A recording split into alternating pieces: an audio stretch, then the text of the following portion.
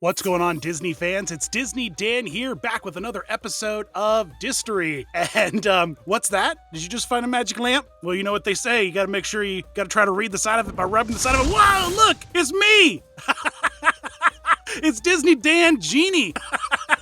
Now it's time to take a look at the Genie's evolution through the parks over the past 20 plus years. Man, Aladdin came out a long time ago in 1992. One of my favorite bits about this character, the Genie, because the Genie's my favorite. He's just one of the best characters Disney's ever done, and that's probably mostly because of Robin Williams, because Robin Williams is also the best. One of the things I love about the early kinds of concept for Genie when they were first designing the character was that it was inspired by this like 1930s, 1940s jazz musician, like a la Fats Waller, and had this like, bright round face with the big smile and the expressive eyebrows. If you put like the original concept art of Genie, even like Genie today, side by side with Fats Waller himself, you can see that kind of inspiration. Anyway, we have the original Genie concept, and then eventually Robin Williams wiggles his way in there because the studio found him. They animated some of his stand-up. Once again, if there are any little children here tonight, we've used these words in a sentence.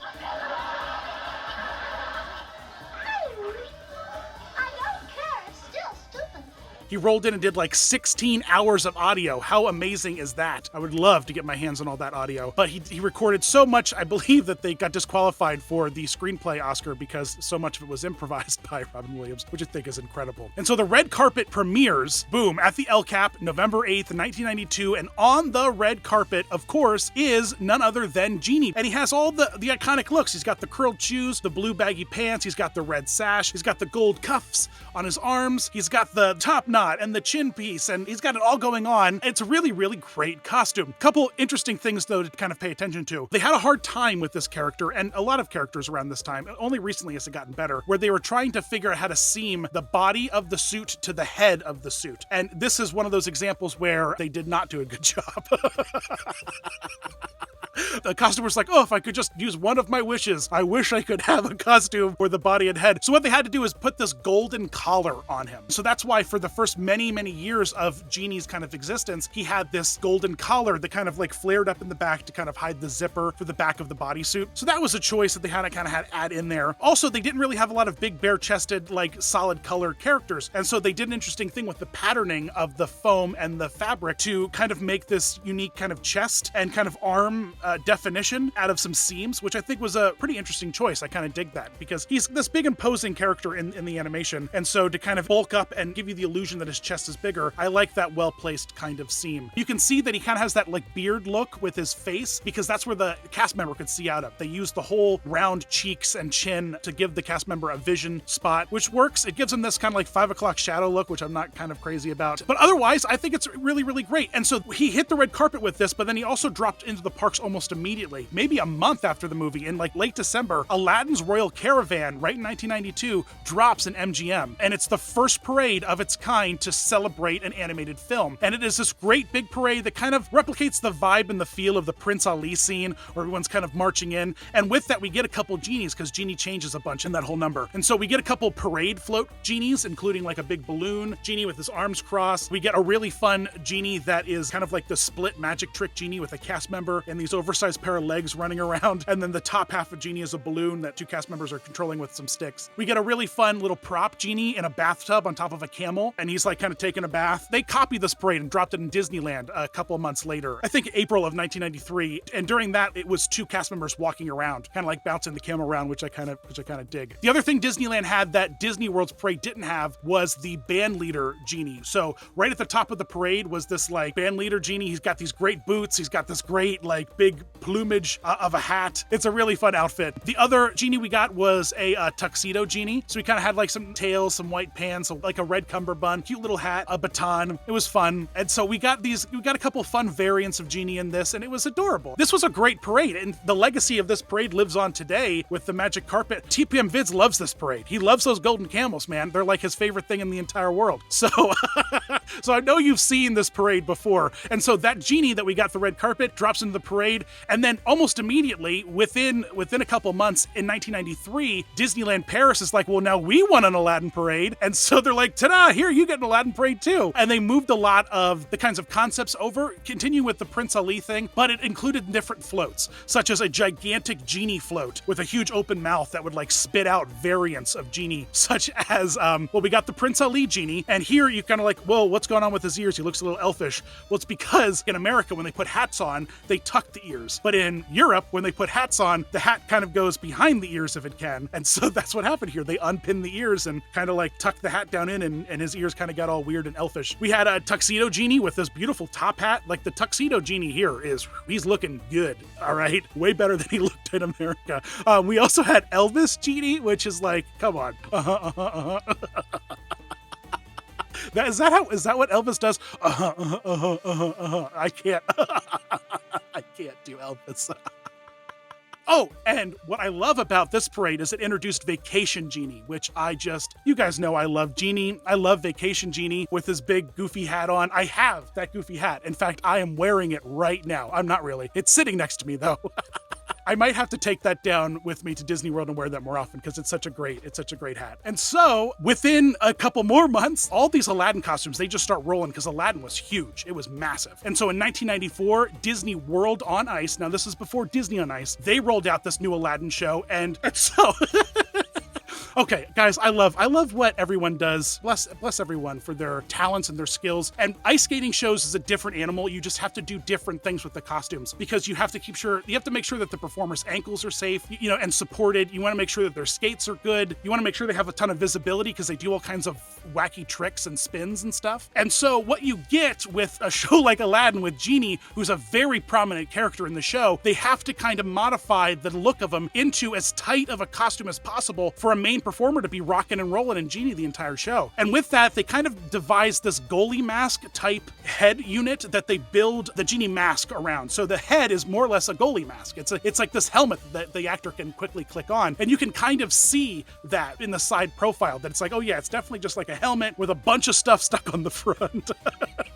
Which makes Genie very flat-faced, and that's not something I'm super jazzed about with the Disney on Ice version. And then with the bodysuit, at least like here, they're giving it more definition than they did in the parks. Like they made a proper rubberized muscle suit. It doesn't look terrible. They're just out of proportion, and that happens a lot with the Genie costumes. He's just this huge, bulky dude, right? He just never skips chest day, but he skips leg day constantly, right? Because like half the time his legs are wisps, right? He doesn't usually have legs. He's like a floaty, wispy thing. So why, if I was a Genie, I would skip leg day too. Anyway.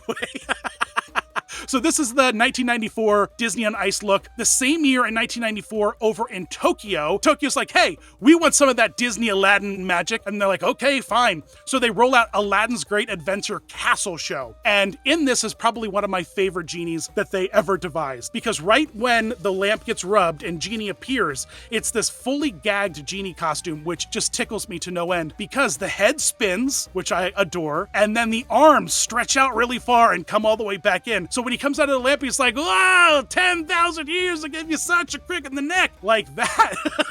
You're looking at it right now. You see what it looks like. I don't have to keep explaining it. This show also had a couple other Genie costumes, like a tuxedo Genie, but a champagne tuxedo Genie. Ooh, he's looking super smooth in this champagne tuxedo. We had the Maitre D Genie, try some of column A and all of column B. That one, and I didn't sing that right at all because, well, I have no excuse, is what I'm trying to say. I have no excuse why I didn't sing that right. So this is great. I love that whole gag Genie that they use for Aladdin's adventure. And at the end of the Tokyo Castle Show, it's the best. Because they have a Genie who is essentially a bounce house Genie, right? Have you ever run a bounce house and like the minute you roll it out, the kids are like, "Bounce house, yes!" And you're like, "Wait, kids, we've got to inflate it." And they're like, "Ah." And you're like, "Well, while it's blowing up, you take off your shoes and we're going to plug it in." You plug in and then it slowly fills with air until it's all rigid and like taut, like a fully blown up. So that's what happens here at the end and during the whole new world. See, look, I sang that one. Okay. This Genie inflates and, oh, it's adorable. So we don't really see much Genie Aladdin action for a hot minute until 2003, when in Disney California Adventure in the Hyperion Theater, we open up Aladdin Musical Spectacular. And this, of course, just is a legendary show in theme park history. It's probably one of the best live shows they've ever done, to be honest with you. I mean, the effects, they translated the film really, really well. The only thing we lost was Abu, which I think was awesome, because we got Iago, we got a puppet Iago. Broadway didn't even do a puppet Iago, folks. Come on. Or a carpet. So I really dig what we got here with I dig what we got with the Aladdin Musical Spectacular. And the Genie, it was just this blue bodysuit, a little bit of airbrushing to tone up the chest, blue gloves. The bodysuit had fixed to it a sash that would seam it to the pants, and then a red sparkly bow tie, which would seam it to the bald cap that they would put on before they did the face paint. We see this Genie more or less through the entire show as is. He's got a couple costumes. Prince Ali number, he's got this bright white costume that's really, really fun. During the Friend Like Me number, he throws on this kind of like tuxedo, this tux and tails, and then at a certain point, holy smokes, here's the secret of costuming. So he throws on that tuxedo so that all the clones can come out and easily have a costume piece that they can just toss on to be the Genie. And that's what that tuxedo thing is, because they just throw that thing on, probably from the back. It zips up the back, and it's all finished and has like a blue chest part and has the blue gloves probably built right into it, so they can just easily slip it whole thing on and slip it off really, really fast. The thing that's horrifying, though, about this ensemble are the Genie masks that they all have to wear. Holy smokes. Because they have these big cutouts for the eyes, and it's just like, come on, guys. Jeez, like, you know, sure, it works, like, if you're close enough, but sit far enough back, and if the lighting's not good, I mean, it looks like they just have these two, it's just a spooky Genie, all right? And at the end of the show, we have Vacation Genie comes out in his Hawaiian gear, which I dig. He doesn't have the goofy hat, which is kind of a little bit of a letdown. At a certain point, the Hawaiian shirt, sometimes it's red, sometimes it's orange. I don't know. I didn't dig hard enough to find out when that... I failed you all. I know. I'm sorry. We should have dug harder for the Hawaiian shirt. But this show ran for like 13 years. They used local stand-up comedians to be Genie because it was full of pop culture references and fun. If you haven't seen the show, go on YouTube and watch it. Watch some of the Genie compilations of the jokes, because they really do some fun stuff with this. Just a few years later, in 2006, we got a brand new Genie in the parks, okay? Now, this is kind of part of that initiative that they do where they're like, okay, we're trying to make the characters look more like the animated versions of them. Not how so much the characters would translate into real life, but we just want to take them off the screen and put them in the parks. An example of this is compare the old Genie's cuffs to the new Genie's cuffs. Old Genie's cuffs, they were shiny metallic gold.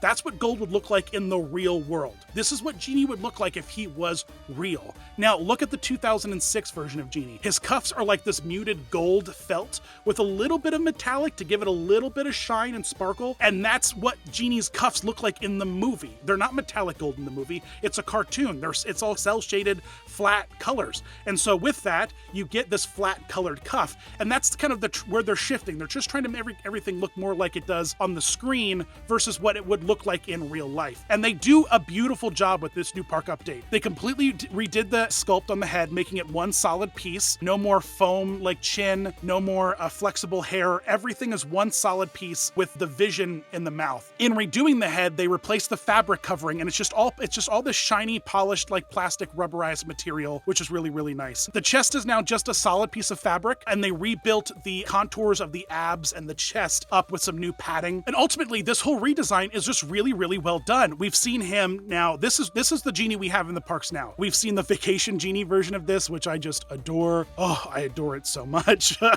And then this Genie will jump into parades. They'll throw some costumes on him. They'll throw a scarf on him for Christmas. They'll throw some face paint on him for like big celebrations. They do some really fun stuff with this Genie, and I think it's just perfect now. It really is perfect. In 2011, we get this interesting mashup for Disneyland Paris, because they do this new show called Mickey's Magical Celebration, which is a castle show, which is Mickey interacting with a bunch of magical characters like the fairy godmother, the genie, whatnot. What they do, they take the head of the Hyperion Genie and the body of the original Genie and just kind of combine them together. And so now you got a face painted blue Genie head with like a kind of over the top, overly done padded bodysuit. And it just, The proportions are just not right, all right? This is what I'm getting at. The proportions are just not right, and it just looks like this weird, disconnected body to this smaller head. It's, you know what, it's fine. I like it. I'm glad they did it. It was a choice. It's the same year Aladdin on Broadway opened, and boy, oh boy, I love Aladdin on Broadway. It was really, really well done. In that show, the genie was performed by James Monroe Englehart, who is just a treat. Super, super talented. And they took the genie and just did what they do when they do Broadway. And so his costume became this dark blue, beautiful suit with like tons of detailing and like stitching and like embroidery. And then layered on that was a bunch of jewels and gems and like dangly bits. It's really, really fun. I love the costume a lot that they did for this. And it was not the only, he had multiple genie costumes. In Arabian Night, the opening of the show, he's kind of like in a plain blue outfit. Later in the show, during Prince Ali, here's where we go back to Fats Waller and the original concept of Genie. They literally roll out the Genie character in a Fats Waller zoot suit kind of look, and it's amazing. It's incredible. And so they totally pay homage to the original idea of the genie in that number, and it really is lovely, and it warms my heart to no end. And then of course that rips off, he's got this beautiful white version of his genie suit on, which is really, really fun. I don't like the vacation genie they do in this because it doesn't have like those warm red tones like they do with the cartoon. He threw on the red Hawaiian shirt, but it's fine. It's Broadway. Do your thing. I dig it. But I like this idea of the genie. I like this idea of, okay, we have this performance genie, we gotta stylize him, and so let's just make him ornate and wonderful because he's full of power and magic, and so why wouldn't he look this good? And he does. He looks phenomenal on Broadway. So now that the Disney Broadway genie version looks like this and it's concreted as like a really decent idea, now let's fast forward to the parks where the Broadway version of Genie starts to rub off on the park versions of genies for shows, which is very apparent in the 2015 Mickey and the Wondrous Book that happens over in Hong Kong Disneyland. So this now takes Genie and puts him in a more stylized, ornate suit with like really nice, like beautiful, like stitching and embroidery on the arms and the pants, has this really great vest piece with this bright gold stitching. Look at this compared to the other park versions. You can see the influences clear as day. They also threw this really great helmet on the top of him with these built-in ears and this top knot, but they didn't paint his face, which I think is an interesting choice. It's the only time we see Genie as a live face character without his face painted. I think the costume itself is beautiful. I think there's some really beautiful choices made with designing this. I'm very, very happy with it. I'm tickled by it. I think that the people at the parks liked it so much that in 2016, on the other side of the world, in Paris, they rolled out a new show called Mickey and the Magician, and in that, we get, once again, the same exact costume, but all they did was just ditch the helmet and paint the actor's face blue. So they kind of combined that really nice Broadway-inspired park costume with the blue kind of head paint from the Hyperion version. It's one of the best-looking genies in the parks, I think. He does some fun magic in the show. The whole show it's just a magic show masked as a live show. It's with Disney characters. Can't wait to possibly see it here in America. In 2018, just a few years later, Disney on Ice now updated a lot of their shows and a bunch of their costumes and a bunch of new tours, and Genie was one of the characters that kind of got a new look. And what they did was they were able to kind of spread his face out a little bit. They just sculpted the head so much better in this kind of redo of the Genie. It's minor tweaks because it's still kind of flat-faced, it's still kind of weirdly proportioned, but they just managed to fix a lot of it. And another big thing they did, and it's kind of subtle, is they just built up the back of the neck of the costume. They just built up the muscle on that. It just counterbalances the proportions of the head in a really nice way, and I think it's beautiful. And then of course, last but not least, I'm sure most of you have seen it, the 2019 Aladdin live-action remake, right? Where we got Will Smith, and I have to say, I was very pleasantly surprised by this film. I really, really liked it. I thought Will Smith did such a phenomenal job, both in the CGI version of Genie, where they did not try to be Robin Williams at all, and so everything just had this fresh, really wonderful feel on it. And I liked the design of the Genie in that they didn't try to over-ornate his body, but they threw a bunch of cuffs on him, and he has multiple cuffs. And then they have this like really nice ornate, like kind of body paint, golden reflective texture. But they do this great thing in the film where when the audience needed to humanize the Genie and have him do stuff stuff that was more emotionally impactful for the audience to kind of like not be dazzled by the bright blue genie, but actually like pay attention to the story beats and the dialogue. They put Will Smith in just a normal human appearance, which I liked. I thought that really paid off. And so yeah, there you go. There is the full history of the genie. And I think that he's got a lot of good looks, a couple of odd looks, but mostly good looks. They really didn't mess this character up terrible. It's just that a lot of terrible... Sometimes you know what? You just saw them all. You know which ones are bad. Thanks for watching, guys. You rock. Thanks, folks, for watching Disney Dan. And if you're new to the channel, make sure you subscribe. All the magic is just a few clicks away. Plus, find Dan on Facebook, Twitter, and Instagram. And say hello. Oh, see you real soon.